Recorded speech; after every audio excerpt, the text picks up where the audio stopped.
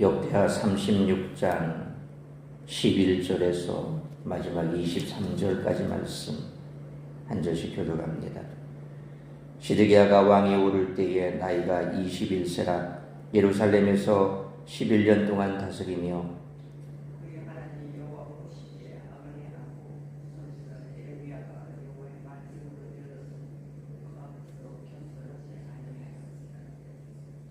또한 느부갓네살 왕이 그를 그의 하나님을 가리켜 맹세하게 하였으나 그가 왕을 배반하고 목을 곧게 하며 마음을 완악하게 하여 이스라엘 하나님 여호와께로 돌아오지 아니하였고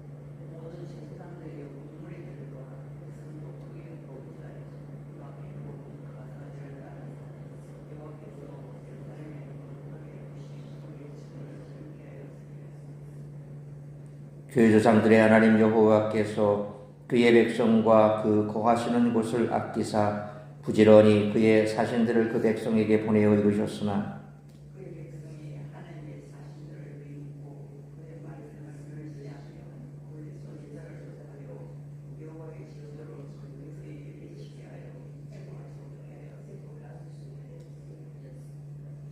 하나님이 갈대아 왕의 손에 그들을 다 넘기심에 그가 와서 그들의 성전에서 칼로 청년들을 죽이며 청년 남녀와 노인과 병약한 사람을 긍휼히 여기지 아니하였으며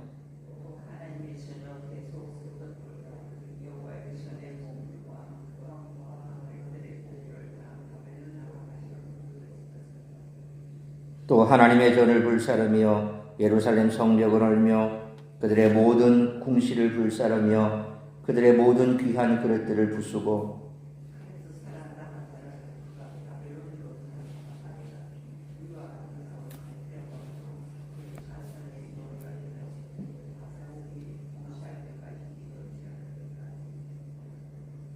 '이에 토지가 황폐하여 땅이 안식년을 누림같이 안식하여 70년을 지냈으니 여호와께서 예레미야 입으로 하신 말씀이 이루어졌더라.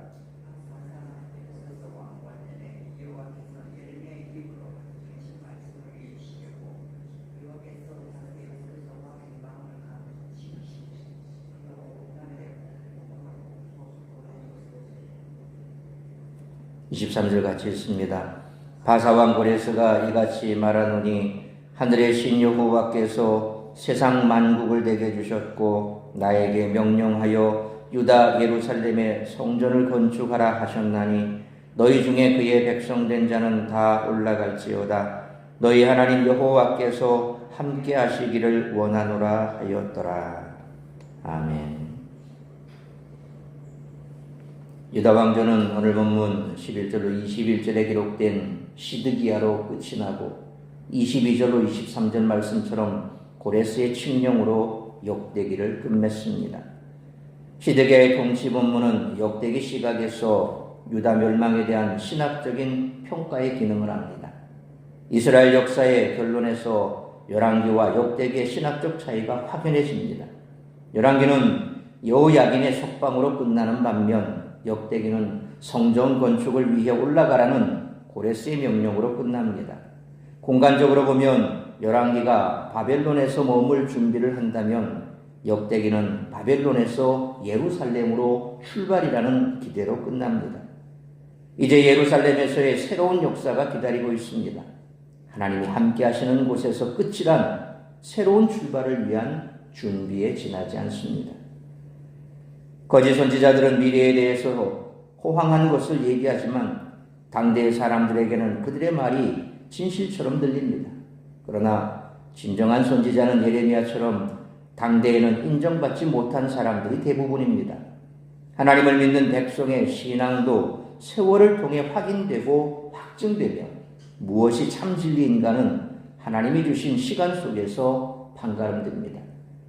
포로기의 의미가 역대기에 의해서 재해석되듯이 지상에서 이루어지는 우리의 삶, 그 삶은 세속 역사의 가치관이 아니라 하나님 나라의 역사관과 판단에 의해서 재해석될 것입니다.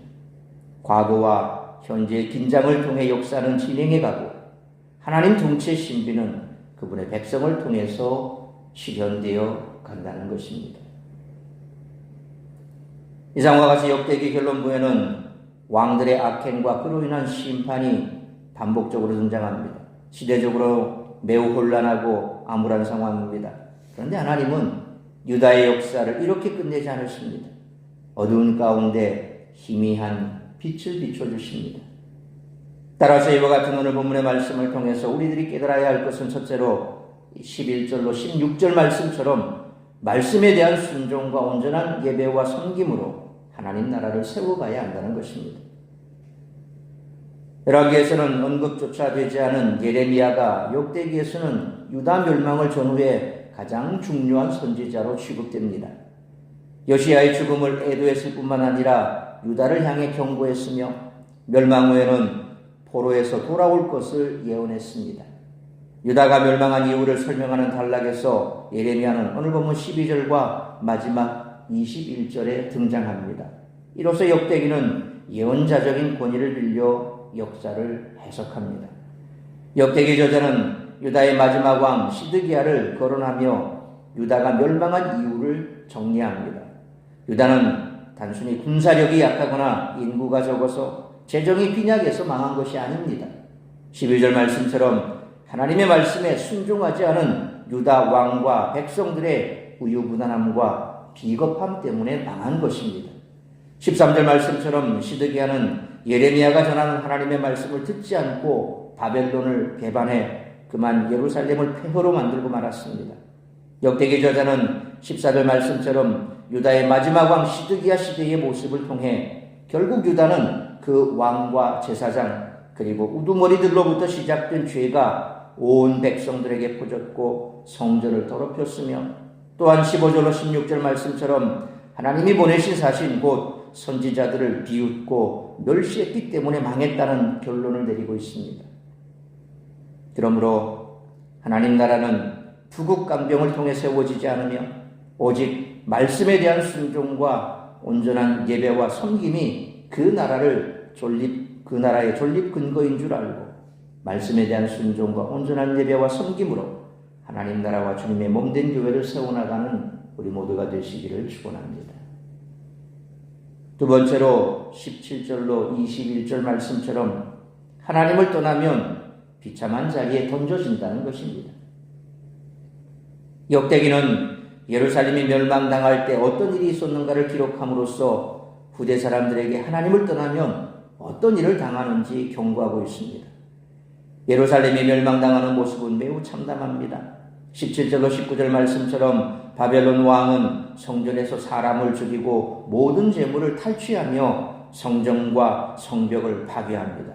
살아남은 사람은 다 노예로 끌려가고 그 땅은 황폐해져 성전을 재건축하기까지 70년이 지납니다.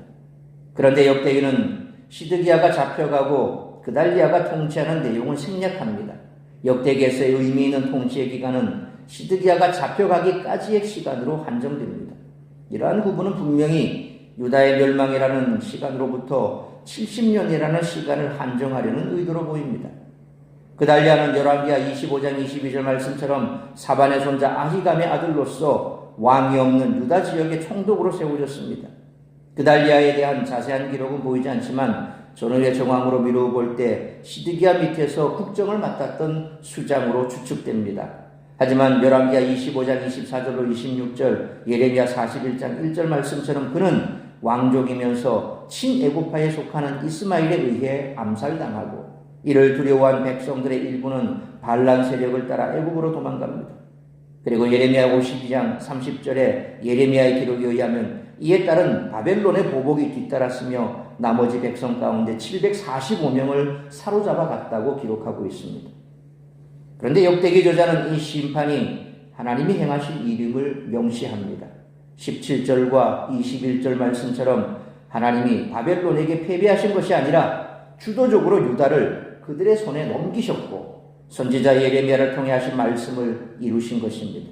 하나님 나라는 세상의 힘으로 무너지지 않습니다.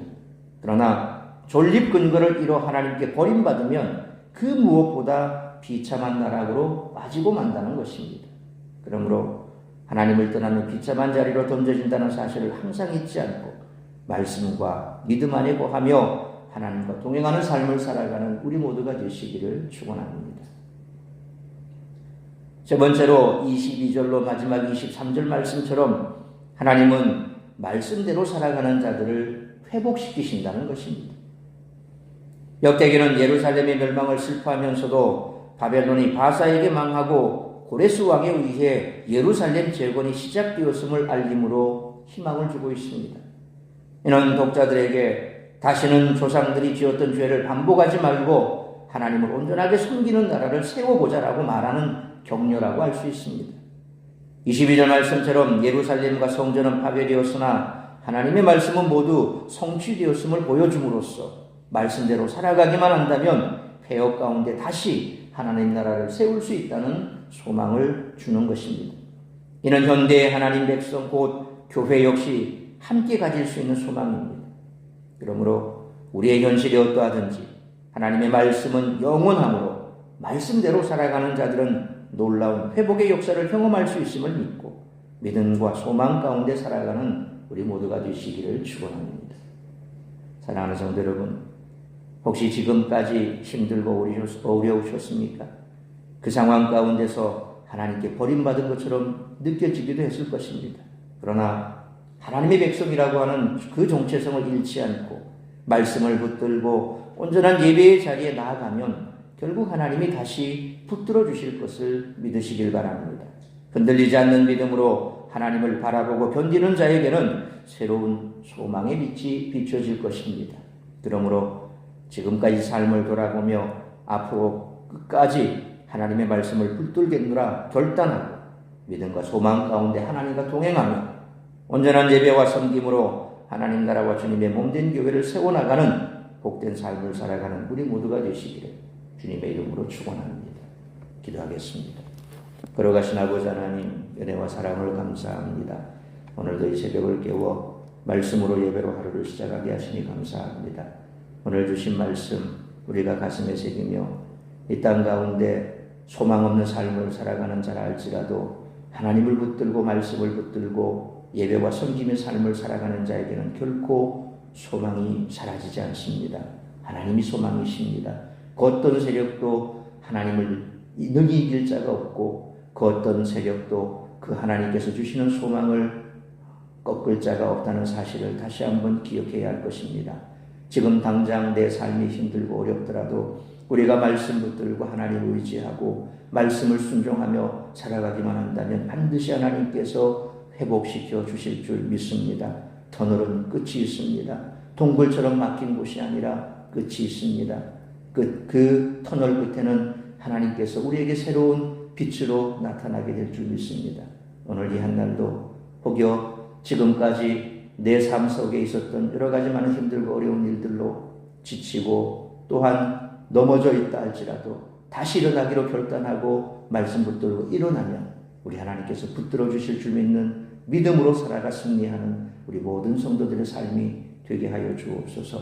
뿐만 아니라 힘들고 어려움 속에 있는 우리 사랑하는 지체들이 있다면 그들을 위하여 우리가 기도하고 또 말씀으로 권면하고 그들을 붙들어 다시금 예배의 자리로 말씀의 자리로 인도할 수 있는 우리 성도들이 되어 아름답게 다시 한번 믿음의 동력을 이루어 주의 몸된 교회를 세워나가는 우리 모든 성도들이 될 수 있도록 은총 베풀어 주옵소서.